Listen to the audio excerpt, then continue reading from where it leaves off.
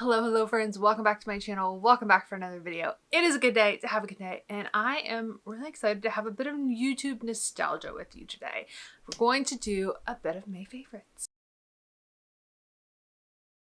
So I actually wanted to kind of combine this with a May recap. I'm going to dive into the life stuff on the blog because I love these kind of catch-up months. They're really introspective, but it also gives me a chance to share with you things that maybe I'm not making bigger content on, or I'm making really small content on, or stuff that I really want to talk about. It's just a way for us to talk about things that I'm really liking and enjoying, and I know that you guys would too, but it doesn't necessarily fit into like the grand scheme content calendar of all of the things that we seem to be having going on right now. First thing on the list is Masterclass. And I want to say it's probably been a year, maybe not fully a year, which means I'm going to need to renew it soon. But I invested in Masterclass sometime last year after watching it on Jen Imes' channel a couple of times. And I was really curious about it. And I definitely went through this stretch of not really knowing what to consume content-wise during COVID. I had a very different routine and different experience with that just because I had already really been kind of in a home state for a few years prior to that.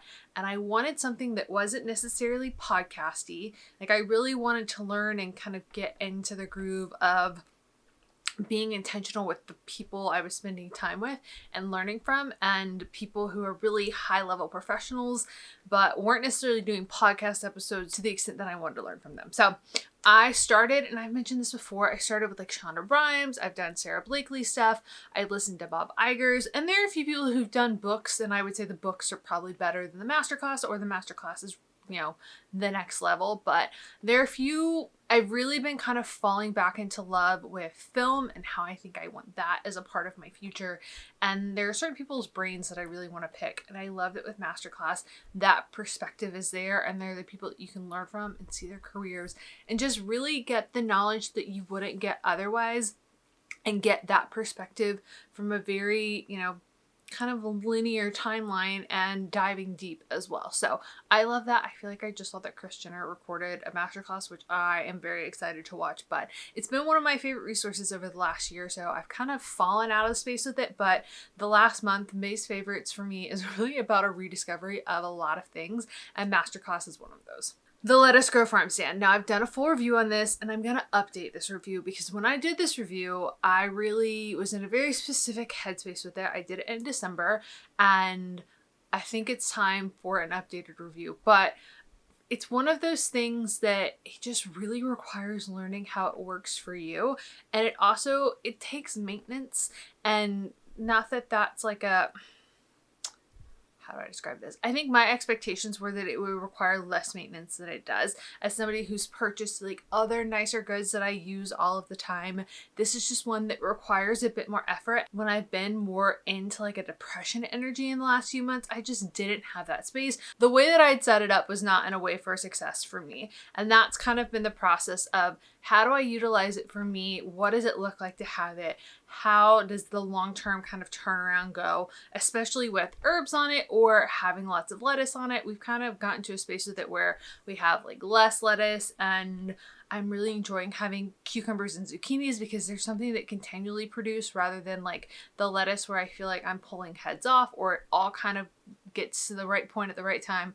Like I said, it's a learning curve, and I'm going to do an updated review on it, but that is a winner for me. Now, this is like a collective grouping, and I want to say I've talked about this a little bit, but maybe it's just me gushing a ton to my friends, and that's The Time Traveler's Wife. I started really getting excited for this show. I think I was kind of in a lull with TV shows, and I wanted something new. So of course I went back and watched the movie in preparation for, I think, the first episode. I saw some of the cast interviews. It kind of like piqued my interest, and then I went and read the book, and now I've started the show, and it's such a different experience, and I have a lot of feelings about all of it. A lot of feelings about the book and the way the story goes, and kind of understanding how the time spaces the way that she tells it, because it's, you know, you're jumping back and forth. There's so many different things happening.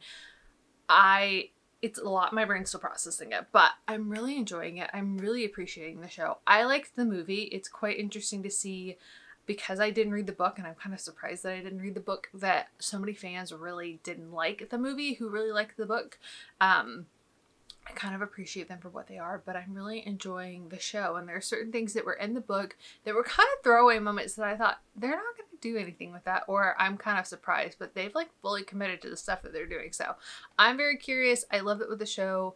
There's so many years, and the way they're covering it, they could go for an extraordinarily long amount of time. There are things where I'm like, I really want that to change, but if you're true to the book, like that doesn't happen. So we shall see. But if you haven't checked it out, would highly, highly, highly recommend it. It is so good. My Tata Harper cleanser. Now, I've pretty much had a love of this cleanser for a while now, and I feel like I think I was sent some products at the end of the year and I was using those, and I hadn't had my cleanser for a minute, and I was kind of testing more like lower budget, mid budget things. But the Tata Harper cleanser has been one of those consistents in my skincare routine. Every time it comes back, I forget how much I've fallen in love with it. Like, I pulled it back into my rotation. It's a little bit pricier, but it tends to last me a good 3 months because I'm only using one pump at a time. And within a day or so, I could tell a huge difference, and just spots that maybe had been lingering on my face that were a little bit darker were suddenly a lot more vibrant, very calming. My skin has felt very hydrated, very at peace, just very where I want it to be. And I think that cleanser has a lot to do with it, as well as the Drunk Elephant moisturizer. That is one of my favorite moisturizers. I know some of you guys love it too, but I'll link it down below because highly worth checking out. Now, I'm going to do maybe a podcast episode on it. There will probably be a podcast episode / video on it after this, talking about a book that I recently picked up called The 12-Week Year. And I saw it in like a thumbnail for somebody else's YouTube video, and I started to watch a little bit of it, and I thought, you know what, I really want to kind of dig into this myself. And so I have been... This is going to be like there's a longer answer to this that I'm going to talk about in another video or podcast or something. But I've been really looking at just where I'm at currently and who I was pre-pandemic in the sense of productivity and the flow and how I kind of showed up for myself, and what I can pull from that and merge into the version of myself that has healed some, and maybe how I'm reapproaching things. And I feel like in a lot of ways there are habits in my life where I feel like they're a spiral, and when I come back to the point in the spiral, they're more honed. They have a different purpose now. So before, I used to be somebody who would really go after stuff and really just want to do all the things and really be pushing and really be going and going and going and going. And that stemmed from a sense of, if I do all of these things, I will be worthy of X. And changing that belief system for me has been a process, and it's still an ongoing process. But now I've gotten to a place of complacency, and I'm not happy about it. And I'm looking at things around me and thinking, no, there's a downhill slope happening, and I can get out of the car right now and find a new way, or we can just be here and this can repeat and repeat and repeat, and that's not what I want. So 12-week year is the idea that instead of doing a full-scale year and having all of these days where you're like, they're kind of throwaway days, and it's time that you're not really investing or you're not pushing yourself, that you really have a 12-week focus period, you have 12-week goals. This is the time in which you're going to hit them. You're really focused, you're really motivated, and at the end of it, you reevaluate. You take, however many days, a couple of days to kind of set the tone for the next 12 days, and then you keep going. But I like the idea that that's the time that you're focused on, that's the window that you really have no idea of the predictability of what's going to happen after that point. I mean, we don't really know what's going to happen tomorrow, but with 12 weeks, you can really just hone in and be fully present and be fully focused and get to the core of stuff, but not also be so intimidated by the fact that, all of these things could happen 6 months from now. So I've really been exploring my sleep habits over the last year or so. And one of the things that I've noticed, especially the more I step away from it and then come back to it, is how coffee affects me. Not necessarily caffeine. There are certain forms that my body's like, nope, we're not going to vibe there.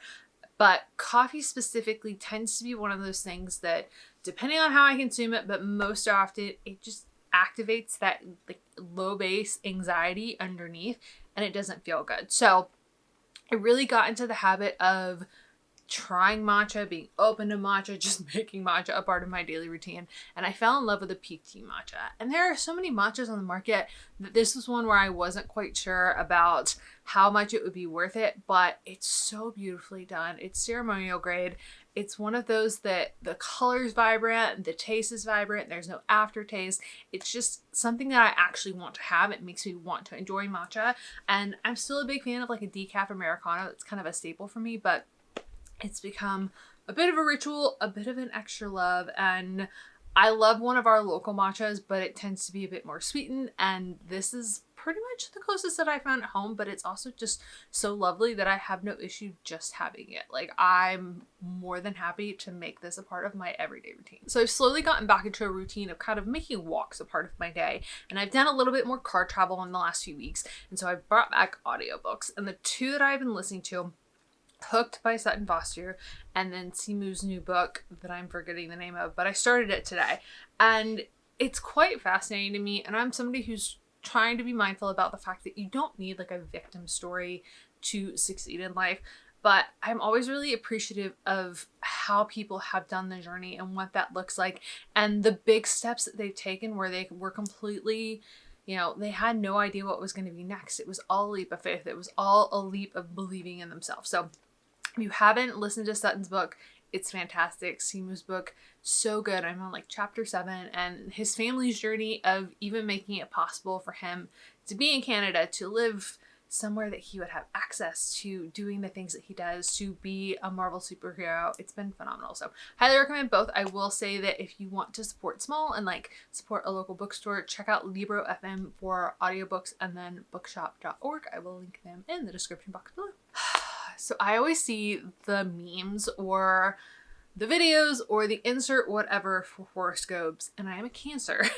And for a really long time, I wasn't a big crier. I did a really good job at like shutting myself off, shutting my emotions off. I had been gaslit for years enough that like that wasn't my instinct. But now I'm kind of at the point in the journey, like I just accept that as a part of myself as a Cancer, but I'm also kind of like happy to cry. There it is where I think it's so nice that I can just literally release whatever tension's going on in my head by crying, which means I've recently purchased a waterproof mascara, and I haven't done that in years because I've really been picky, especially with exploring where clean products kind of fit into my routine.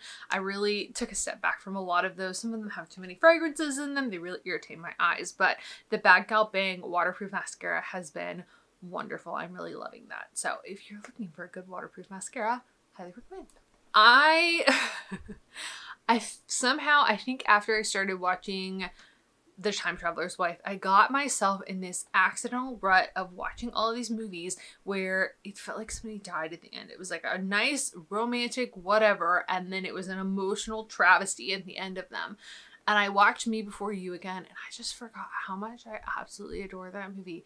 It is so terribly sad, but so terribly wonderful. And Jojo Myers also has another book / movie combo that went on Netflix in the last year that has Shailene Woodley in it, and that's wonderful as well. But I've forgotten how much nostalgia and how much there have been those kind of movies that have been peppered in throughout the years that have these epic romances that I just really, really adore. And I had a moment again with Me Before You. It's been a while, but I really enjoyed it. And of course, because we are a life and style channel, my two favorites for the month as far as fashion favorites, blazers. I have this gorgeous loosely fitted J. Crew blazer that I've been wearing for a few years, and it's one of my favorites, and I posted this video on a few different platforms. I will kind of pop it on screen for you, but I love a blazer and a bodysuit, which is our second fashion favorite of the month, because it really gives you the ability to show off your curves while also being a little bit more fashion forward and showing the intention with it. So I will do a bodysuit and then pop the blazer over it. I would do it with this outfit too, where you can still see the kind of, you can see the intentional curves in my body. I tend to wear high-waisted things. I'm really intentional about cutting out my outfits, because if I really went with the shape of stuff, I would just look a lot more massive and not as feminine as I want to style myself. But with a blazer, you pop it over and then you get that back shadow, and it just really pulls in and accents the waist and gives you that extra level of femininity within a look. And of course, a bodysuit. There are so many really good ones, and I'm going to do a blog post on all of my favorites. I think that's on the list for the next few weeks. But the Cezanne ones are so gorgeous, so like they're lightly ribbed, but in a way that is a deeper groove, so it just looks more elegant. It really gives you that length in your body. The Zara ones are one of my absolute favorites, and they've made them for a few years and they're such a great staple. But I love a bodysuit because it makes an outfit pull together really easily, but it doesn't add that excess bulk that I feel like a lot of us really want to avoid, especially if you're trying to make your center section look a little bit more slim. You really don't want to have to tuck in anything and then it add bulk to that section. So I love a bodysuit. Make sure you're subscribed to the newsletter down below so that whenever I do the roundup of the best of the bodysuits, you will get that in your inbox. That is all I have for you guys today. So if you like this video, if you want more monthly favorites, make sure you give it a thumbs up. If you want to be a part of the WSS fam, if you want more life and style content in your life, some more everyday luxury, make sure you're subscribed to my channel. I upload new videos every single week. There should be a vlog up before this, so if you want to spend a little bit more time with me, a little bit more intentional one-on-one of us getting to know one another, I would love for you to check that out and let me know in the comments below what you're loving this month. I love you. It is a good day to have a good day, and I will see you all in my next video. Bye, guys.